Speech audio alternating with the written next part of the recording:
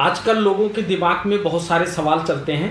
बहुत सारे ज्योतिषी के पास जाते हैं तो ये पूछते हैं कि कौन सा ग्रह उच्च का है, कौन सा ग्रह नीच का है, कौन ग्रह हमको राजयोग देगा, कौन सा ग्रह हमारे लिए ठीक नहीं है। ऐसे लोगों के व्यक्ति के दिमाग में बहुत सारे प्रश्न घूमते रहते हैं। पहले ज्योतिष बहुत सीमित दायरा में था, लेकिन आज वो बृहद हो चुका है, बहुत बड़ा विस्तार हो चुका है उनका। आज यूट्यूब के चैनल के माध्यम से जन जन तक, सबके पास तक ये खबरें जा रही हैं। सब लोग ये पढ़ रहे हैं कि मेष राशि से लेकर मीन राशि तक डेली एक नहीं, दो नहीं, हजारों लाखों ज्योतिषी यूट्यूब पर मौजूद हैं। तो आज दिमाग में ये होता है कि तुम्हारा ये ग्रह नीच है, इसके कारण से तुमको ये समस्या पैदा हो रही है। तो क्या नीच का ग्रह हमारे जीवन में हमेशा समस्या पैदा करते हैं? क्या वो हमारे लिए अच्छे नहीं होते नीच के ग्रह? तो आप सावधान, आप ये चीज़ जान करके मतलब परेशान मत होइए या हैरान मत होइए कि मेरी कुंडली का ये ग्रह नीच का है तो ये मुझे दिक्कत देगा। आप हमेशा ध्यान रखना, जो ग्रह नीच का होता है, कौन सा उसका ऐसा योग होता है जो उसको वो उच्च का बना देता है, और नीच और उच्च है क्या। जय श्री राम, हर हर महादेव। मैं सुरेश शास्त्री, आप देख रहे हैं हमारा शुभ लाभ वैदिक ज्योतिष। तो आज हम बात करने वाले हैं नीच ग्रहों के बारे में, जो नीच ग्रह बताते हैं। आप कभी भी देखिए, कोई भी ग्रह जो नीच का होता है, जब वो ग्रह नीच का बन जाता है, जैसे सपोज करो, मान लिया कि आप सबसे पहले सूर्य को ले लो।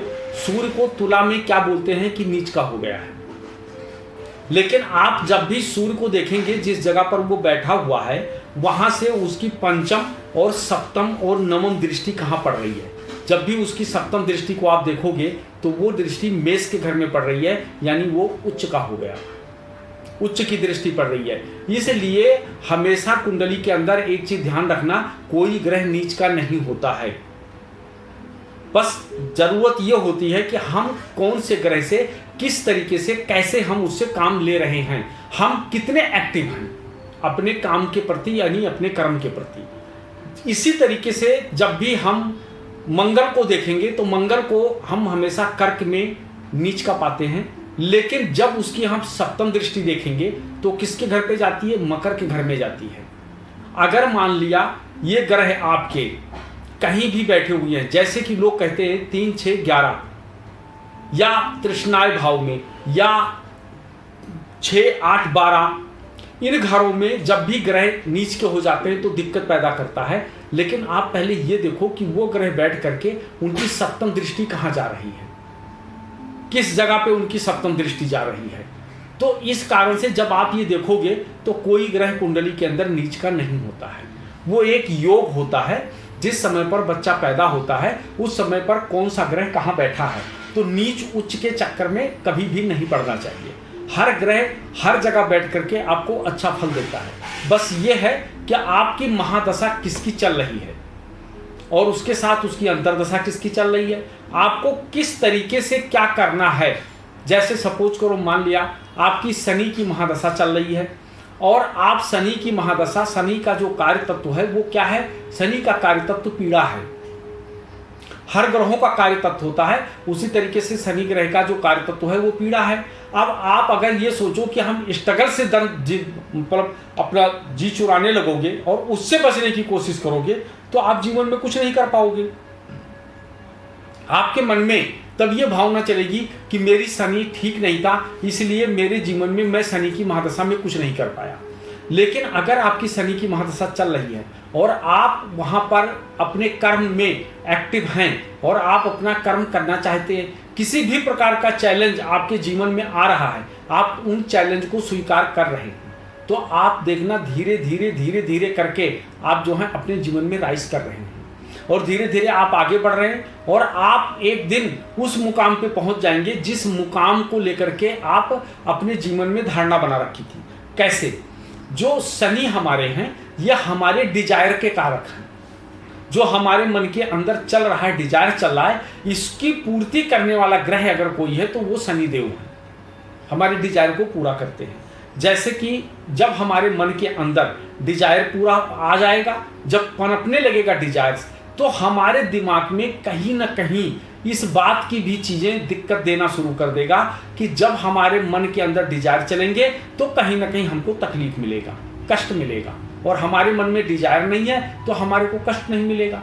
जैसे कि आप अक्सर देखो जब भी किसी भी ग्रह की महादशा चल रही हो, आप किसी की महादशा चल रही है, आप देखेंगे कि आप बहुत तकलीफ में हैं।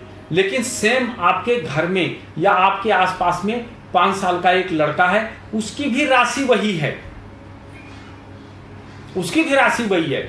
जैसे अभी मान के चलो कुंभ राशि, मीन राशि, मेष राशि के ऊपर 7.5 चल रही है। अब क्या कुंभ राशि, मीन राशि और मेष राशि के क्या बच्चे नहीं होंगे? होंगे।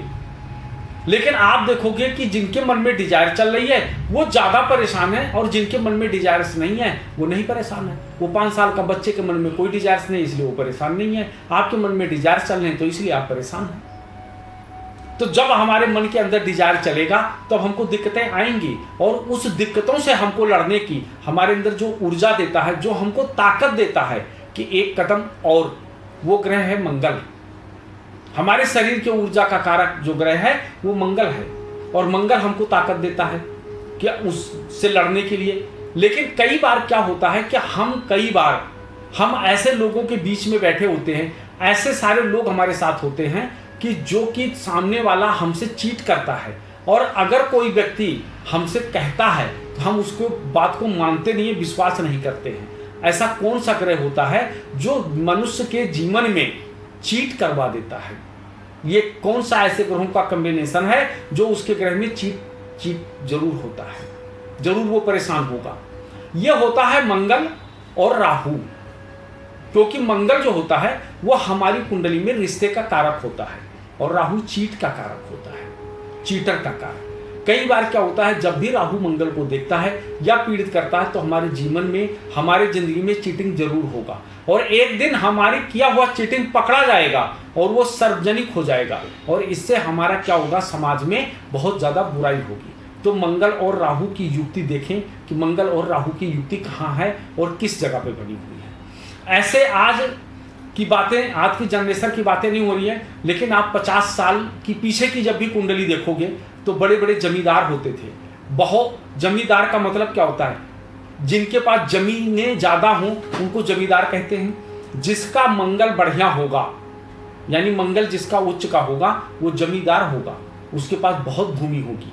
लेकिन अगर मंगल राहु का कॉम्बिनेशन होगा तो वो जमीन कहीं ना कहीं विवाद में होगा, चाचा ताऊ से मुकदमा चल रहा होगा, भाई भाई का मुकदमा चल रहा होगा, या किसी न किसी का मुकदमा जरूर चलेगा, वो विवादित हो जाता है। तो पहले क्या होता था कि पहले के जमाने में लोग बहुशादी योग बनता था, बहुशादी लोग करते थे। वो कौन सी कुंडली में ऐसा कौन सा योग था जो बहुशादी योग बनाता था? हमारे सप्तम भाव में जितने ग्रह बैठे होंगे वो डबलेट हैं या वो सिंगल हैं, जितने ग्रह बैठेंगे उतनी शादियां होंगी।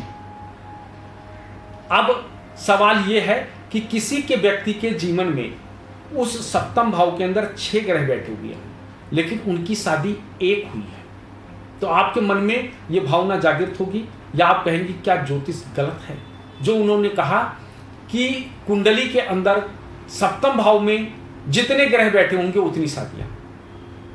शादी का तात्पर्य फेरे से ही नहीं होता कि हमने 7 फेरे लिए हैं, मांग में सिंदूर डाला तो उसको शादी कहते हैं। शादी का मतलब संबंध से भी होता है कि उस व्यक्ति के जीवन में एक शादी हुई तो 5 लोगों के साथ कहीं ना कहीं उसका संबंध रहा होगा, क्योंकि ग्रह वो चीजें जरूर पूरा करते हैं जितना उसके कुंडली में सप्तम भाव में ग्रह होगा उतना वो करवाते हैं। इसलिए पहले के बहुत सारे जमींदारों की कुंडलियां बहुत पुराने लोगों की है। जब हम कभी देखते हैं तो वो कहते हैं मेरे दादा की कुंडली थी, मेरे पिताजी की कुंडली थी। जब उन कुंडलियों को देखो तो उसमें बहुशादी योग था, और उन्होंने उतनी शादियां की थी। क्यों? संतत प्राप्ति के लिए, संतान प्राप्ति के लिए। 5-5 शादियां, 7-7 शादी किए लोगों ने, परंतु उनको संतत प्राप्ति नहीं हुई। क्यों? आखिर क्या कारण था जो उनके संतान नहीं हुए, और अंत में उस जगह पे कोई गोद लिया हुआ, अडॉप्ट किया हुआ बच्चा आया और वो आकर के उनकी संतति को चलाने लगा। हमेशा आप जान लीजिएगा कि कुंडली के अंदर, क्योंकि आजकल जितने बड़े बड़े प्रवचनकर्ता लोग हैं वो भी कहीं ना कहीं ज्योतिष पे उंगली उठाने लगे हैं कि ज्योतिष के अंदर 4 चीजें बता दो, आपका व्यापार चलता रहेगा। काल सर्प दोष, पितृ दोष, मंगल दोष, ये सब चीजें वो बताते हैं। लेकिन जब जिस व्यक्ति को जिस चीज का ज्ञान है, अगर वो उस चीज की बात करेगा तो उसे बहुत शोभा देगा। हकीकत पितृदोष होते हैं, ऐसा नहीं कि नहीं होता, पितृदोष होता है। हमारी कुंडली में जो राहु होता है वो हमारे दादा होते हैं, और जो केतु होता है वो हमारे नाना होते हैं। अगर केतु पीड़ा में है तो नाना की तरफ से है, और अगर राहु है तो दादा की तरफ से है। जब पंचम भाव के अंदर शनि, राहु, तमाम सारे पापी ग्रहों का योग बन जाता है, या पंचम भाव जब कहीं ना कहीं पीड़ा में आ जाता है या खराब हो जाता है, तो ऐसे लोग निसंतान होते हैं और उनको संतान नहीं होती है। उन्होंने कई बार आजकल की जो टेक्निकल आई हैं, टेक्निकल चीज़ें हैं, उनका भी प्रयोग किया, लेकिन उसके बावजूद भी उनकी पत्नी गर्भवती नहीं हो पाई और संतति प्राप्त नहीं कर पाई। इस कारण से क्या होता है कि हमेशा हमको धन देने वाले, जब हम कुंडली के D2 चार्ट देखते हैं तो उसमें सर्वप्रथम ये देखा जाता है कि हमको जो धन देने वाला ग्रह है वो ग्रह है अथवा हमारे पितृ हैं। हमको धन सिर्फ दो लोग देते हैं, एक पिता और एक पितृ। ये देखा जाता है, तो इससे पता चलता है हमको धन देने वाले, संतति को आगे बढ़ाने वाले, ये हमारे पितर लोग होते हैं। और जब हमारे पितर संतुष्ट नहीं होते हैं तो हमारे जीवन में कहीं ना कहीं बहुत सारी समस्याएं आती हैं। इसलिए हमको त्रिपिंडी श्राद्ध नामक पूजन करवाना चाहिए। हमको देवालय में, तीर्थालय में जा करके और अपने पितरों के नाम से अमावस्या के दिन दान भी करना चाहिए। और ये करने से हमारे पितृ जब संतुष्ट होंगे तो हमारे जीवन में बहुत सारी खुशहालियां आएंगी। इसी तरीके से कई बार ऐसे होते हैं, लोग कहते हैं कि मांगलिक दोष होने के कारण इनके शादी के रिश्ते टूट गए। लेकिन आप ये देखिए कि क्या मंगल राहु से दृष्टिगोचर तो नहीं है। कई सारे रिश्ते ऐसे टूटते हैं जब मंगल राहु की दृष्टि संबंध होती है, और वो सप्तम भाव को देख रहे हैं, पंचम को देख रहे हैं, या 12वें भाव को देख रहे हैं, क्योंकि 12वां भाव भी बहुत जुड़ा होता है हमारे पर्सनल लाइफ से। क्योंकि उसको हम कहते हैं एक तरीके से 12वां भाव जो होता है वो हमारी सैया सुख होता है। हमारा पंचम भाव मनोरंजन, जिसको हम एक्स्ट्रा अफेयर भी कहते हैं, और सप्तम भाव हमारा मैरिड है, उसको मैरिज कहते ही कहते हैं हम। जब इन जगह पर मंगल बैठ जाएगा और उस ग्रह से जब राहु दृष्टिगोचर हो जाएगा, अचानक से हमारे जो कर्म हैं वो कहीं ना कहीं भांडा फूटेगा, लोगों को पता चलेगा, और अचानक से हमारी पत्नी क्रोधित होकर के और हमको छोड़कर चली जाएगी या हमको तलाक दे देगी। वैसे सनातन में तलाक जैसी कोई प्रावधान नहीं था, लेकिन आजकल ये सब चल रहा है। वो छोड़ करके चली जाएगी, क्योंकि राहु जो होता है ना, वो चीटर भी है और भंडा भी फोड़ता है, चुंगलखोर भी होता है, इधर की बातें उधर भी लगाता है। कई बार ऐसे हम पकड़े जाते हैं। कई बार क्या होता है कि हमारे रिश्तों में हमारे जो बहुत खास मित्र होते हैं, जिनको हम परम मित्र कहते हैं, वही हमारे घर में आग लगा देते हैं। वो कौन सा ऐसा घर है जब हमारे मित्र हमारे घर में आग लगा देते हैं, हमारे हंसती खेलती जिंदगी को बर्बाद कर देते हैं?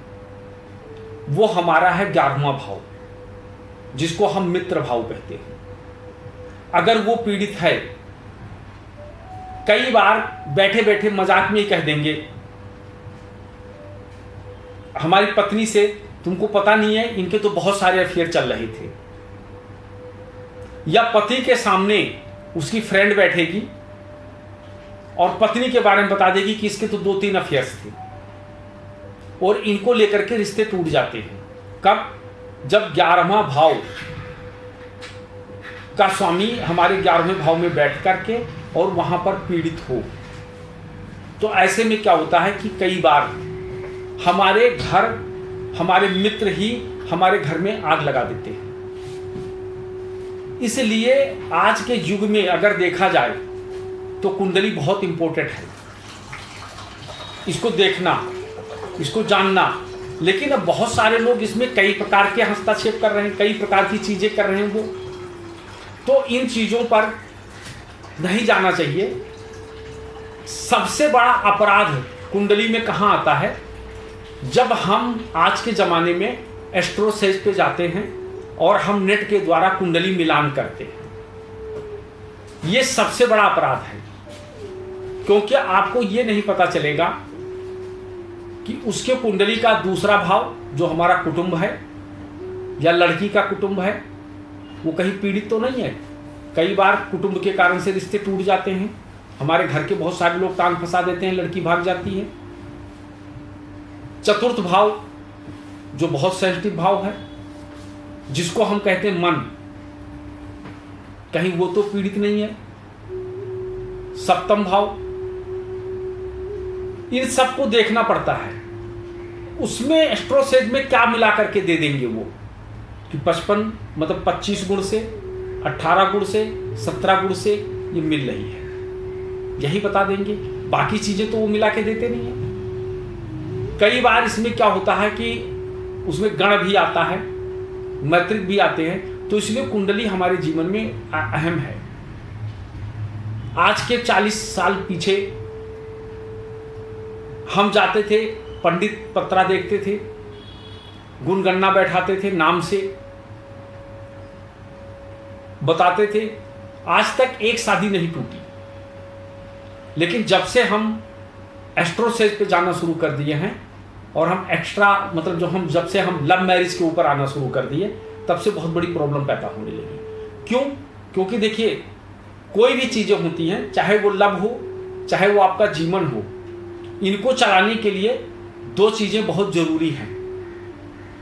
एक तो सबसे पहला नंबर एक्सपीरियंस, कि तुम्हारे पास किसी भी चीज़ को चलाने का क्या एक्सपीरियंस है। पहले माँ बाप बच्चे की शादी तय करते थे तो माँ बाप की उम्र 50 साल 60 साल होती थी, तो उनके पास कहीं ना कहीं 30 साल 35 साल की एक्सपीरियंस होता था। आज तुम्हारे पास कितने साल का एक्सपीरियंस है? 5 साल, 4 साल, 2 साल का। और उसमें तुम अपने जीवन का फैसला करने जा रहे हो, अपनी मन पसंद से। जब हमको अच्छा लगेगा तो करूंगा, नहीं तो नहीं। आपके पास क्या एक्सपीरियंस है? और बाद में आप दुनिया भर की दिक्कतों में पड़ जाते हैं, परेशान हो जाते हैं और आखिर वो रिश्ता टूट जाता है। और दूसरी चीज़ जो आज की बहुत ज़रूरी है, जो हमारे युवा पीढ़ी में नहीं है, उसका नाम है पेशेंस। आज ये चीज़ें किसी में नहीं है, ना किसी का संयुक्त परिवार है, तो इसलिए ये बड़ी समस्या हो जाती है। कभी भी आप सुयोग वर्ग की तलाश में हैं, चाहे लड़का हो चाहे लड़की हो, अपने माता पिता का एक्सपीरियंस उसमें होना बहुत जरूरी है। इसलिए जब भी हम ग्रहों की युक्ति को देख करके काम करेंगे तो उससे क्या होगा कि हमारे जीवन का बहुत अच्छा चलेगा। अगर हम ये नहीं करते हैं तो कहीं ना कहीं हमारे जीवन में बहुत सारी समस्या पैदा हो जाएगी। तो आज हमने बहुत ढेर सारे कॉम्बिनेशन पे बात किए, आगे भी हम ऐसे ही करते रहेंगे। लेकिन आप लोगों से एक रिक्वेस्ट है कि आप हमारे चैनल को सब्सक्राइब करें, मैसेज डालें और आपको हमारा वीडियो कैसा लगा कमेंट में ज़रूर बताएं। इससे क्या होगा कि हमारा हौसला बढ़िया होगा, आगे हम आपको अच्छी अच्छी चीज़ें बता सकेंगे। हम आपको ये नहीं बता पाएंगे कि कौन सी राशि वाला राज करेगा, कौन सी राशि वाला परेशान रहेगा। ऐसी हम कोई चीज़ नहीं बताते हैं जो आगे चल करके आपको दिक्कत पैदा हो। ये यथार्थ है। इस चैनल का ही नाम शुभ लाभ वैदिक ज्योतिष है, इसलिए हम हमेशा जो बात करेंगे वो वेद और वेदांत की बात करेंगे, हम इधर उधर की बातें नहीं करेंगे। जय श्री राम, हर हर महादेव, जय मां विंध्यवासिनी।